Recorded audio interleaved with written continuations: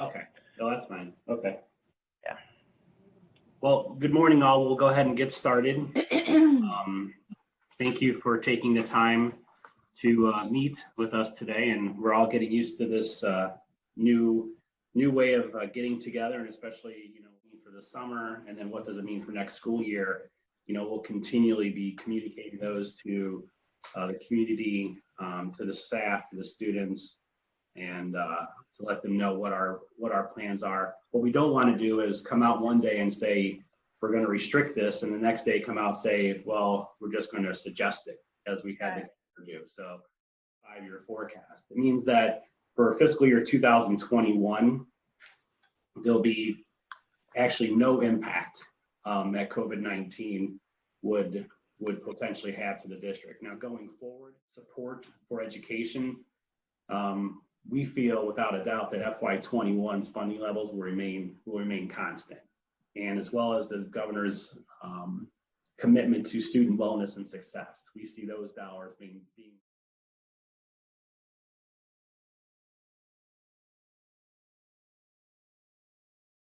and if we model that going forward, we would probably fall into that same situation of having a reduction in funding due to our declining enrollment. Even though our enrollment is somewhat stabilized, we're seeing a component of that.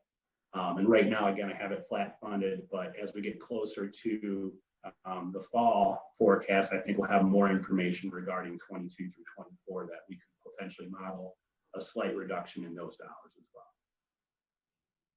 If you were a Ed Choice district in the 2019 school year, you would remain an Ed Choice school district. They were not adding to that. So Lakewood would have been in the 2020 school year, we would have been put into the Ed Choice list had that legislation not happened, which would have meant that this thing that trying not to put ourselves in our own silo here in Lakewood that we've had discussions on, and I think is important for this group to hear is, Lakewood is one of, I think, 4 districts in the state of Ohio that does not provide transportation to the regular education students.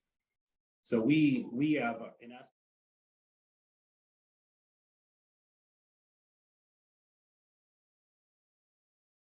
more appreciative of the community, the levy committee, everyone that participated in this process to get that 76.66% approval rating.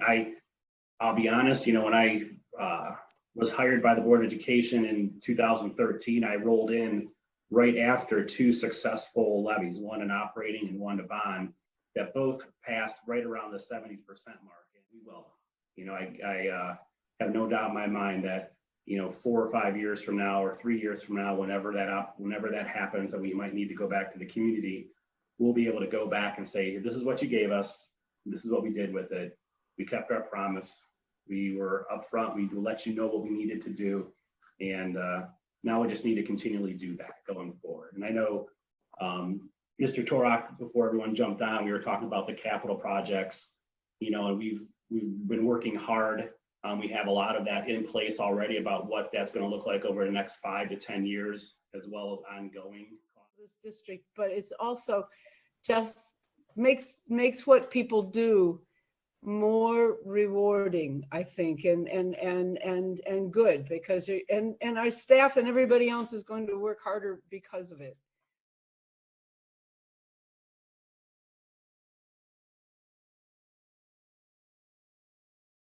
I've also been impressed. I've seen several now requests for surveys going out to parents to get input from the homes of the students as to how this process is working for them now. All right, but just the fact that we're seeking input from parents, in a sense, it's a good thing where we're at, because if we look at the blended or the non in the building process, we're getting some input from parents and students about how this process is working for them. That's right. That's right. I think too.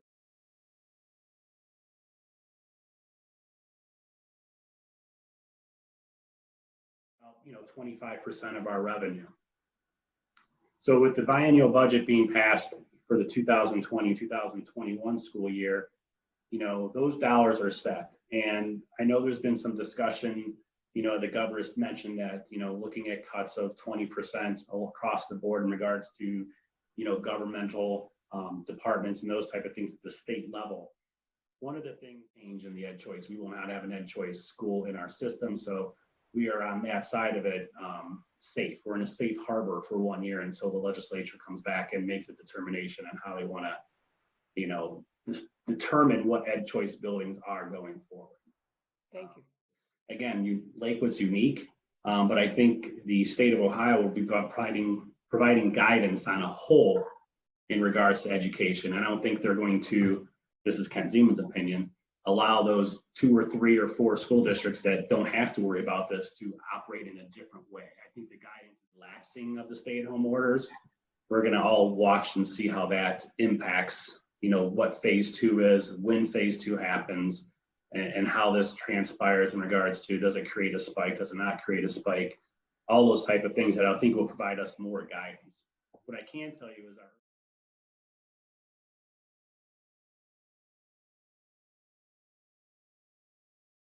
in regards to utilities, not significant. Again, we've done so many great things in regards to energy efficiency that our buildings run efficient as it is. But now we're just seeing some of those reduced costs as well.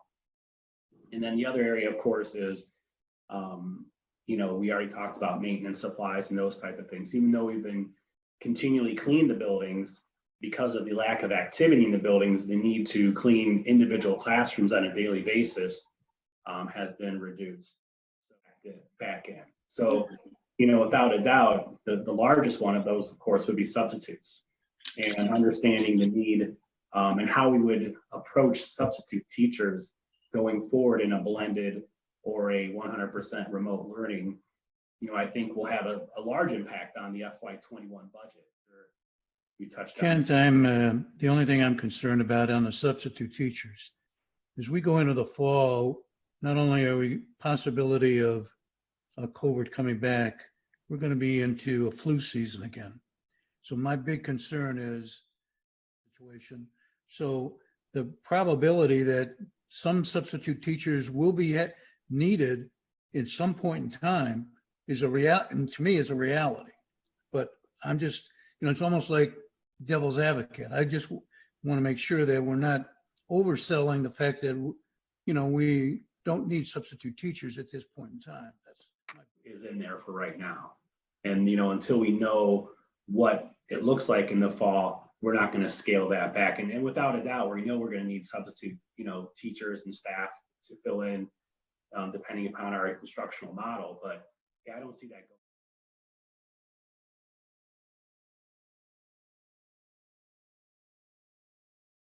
Or Zoom or however they want to do it. Also providing those student athletes with, workouts that they can do via home or, depending upon the different activity, things that they can do. In regards to those annual or year-long supplementals, have continually been working with their students, communicating with them, doing a lot of social emotional, type things, keeping those groups together, whether it's via Zoom or other means. So for the 2020 school year, they're, all supplementals are going to be paid at 100% as long as we have documentation from the appropriate supervisor that those people perform the duties as expected. What does that mean for going forward? We're going to have to, again, at this point in time, we're still in a, proactive reactionary process for the next school year. So to answer that question, we did not furlough any regularly scheduled staff, and we did not cut any staff or issue any pay cuts for the 2020 school year. Any questions on the staffing?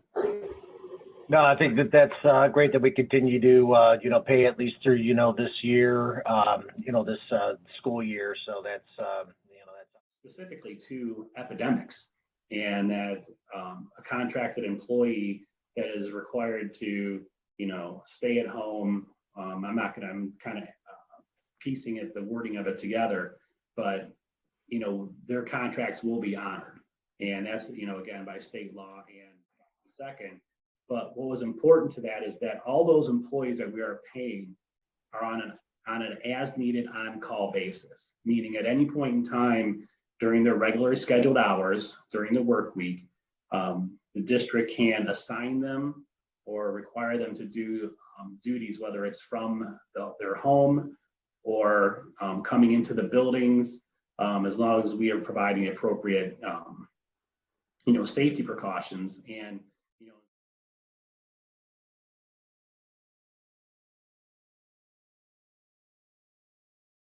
starts. And I'm just asking that question because is it important that whatever we know, we can assist in getting the word out to the community as it relates to whatever the school system is going to do as it relates to education? Bob, I think that's a wonderful idea because, again, as you've commented and everybody else has added, flexibility is the important thing. And we certainly don't know today what it's going to look like on August 15th. Right. So it's a good point. Yeah, I think, as we get closer to understanding I think having maybe trying to pull together a meeting in July would be a good idea to talk through the different potential scenarios that are being considered, again, to the point Mr. Torok made, requirements come down to us. So yeah, I think a tentative meeting in July, because I'll be honest, I don't think until July we're going to really know. Right. That could be helpful also. Yep, agreed. And I think Bob's point about the messaging, you can have the best plan in the world, best plans, plural, but the messaging that this group could help with making sure that the community is informed and they understand the rationale for the shift, because inevitably there will be some need to be very fluid and nimble. So yeah.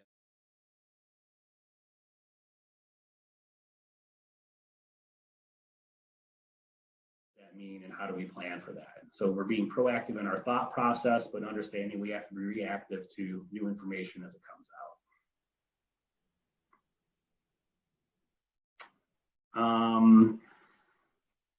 So a couple of the other bullets, how did voting go? We know that. Will school resume this year? We know that. How we manage that. So everybody that was contracted with the district, meaning they had a employment contract for the 2020 school year, has continued to be paid. And two things. One is, and then now with the official cancellation of the spring sports by the OHSAA, we understand that there's no longer, those activities are going to happen on a state level. However, what made them, because they were awarded the contract, we've put into place a process where, because of the preseason and through the March 12th stay-at-home order,